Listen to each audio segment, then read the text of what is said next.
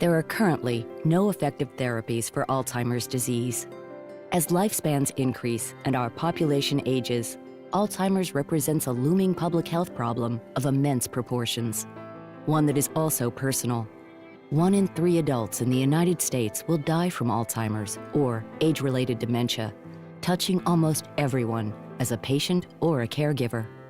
There are now 46 million people with Alzheimer's disease worldwide. The total societal costs associated with dementia will reach $2 trillion by 2030. Alzheimer's expenses are the greatest direct healthcare cost to the United States economy, greater than cancer and heart disease. New approaches to treat and reverse Alzheimer's disease are needed. Recent studies suggest that Alzheimer's disease disrupts brain signaling and how neurons synchronize. This specific type of neuron synchrony, altered in Alzheimer's disease, is called the gamma rhythm. Sensory information from our environment is critical to how the brain synchronizes and communicates, which aids in our ability to remember loved ones' names, recall what we did last week, and to pay attention to where we put our car keys.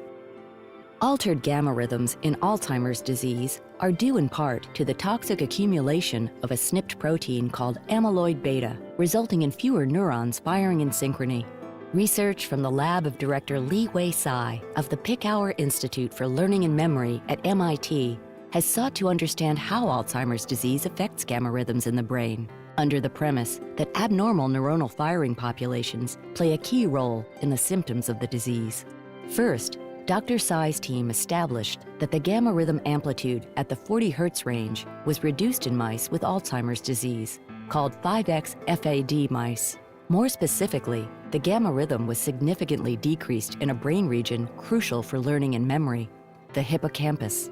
The diminished gamma rhythm in 5X FAD mice occurred with the accumulation of amyloid beta, which eventually becomes toxic and results in neuronal death and memory loss.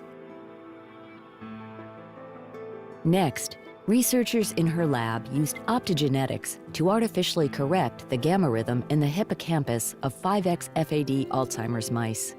By stimulating neurons in the 40 Hz range at the optimal gamma rhythm amplitude, Dr. Tsai's lab showed that amyloid beta levels were cut nearly in half. Dr. Tsai's team discovered that the 40 Hz optogenetic stimulation to correct the gamma rhythm in Alzheimer's mice activated genes in brain cells called microglia. Microglia are part of the brain's immune system and function, in part, to ingest or clear away microorganisms that might cause disease. Optogenetic stimulation at the 40 Hz range activated microglia to promote the clearance of amyloid beta.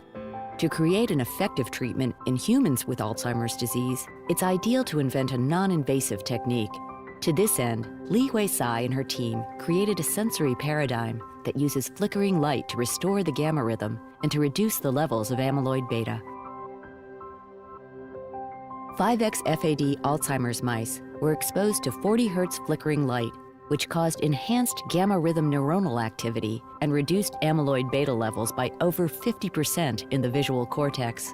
In addition, the 40 Hz flickering light treatment caused microglia in Alzheimer's mice to become more active and dramatically increase in size by engulfing amyloid beta. When the gamma flickering light treatment was used in older Alzheimer's mice with toxic levels of amyloid beta, which results in aggregates called plaques, the plaques decreased. However, for the plaque levels to remain low, the flickering light treatment had to be given over several days versus hours. This unique, non-invasive approach might lead to the development of treatments that can affect the disease without the current pharmacological challenges of the blood-brain barrier or unexpected drug interactions. This technique is a big step in finding new and effective treatments for Alzheimer's disease that one day may halt and reverse the symptoms of a disease that impacts so many of us.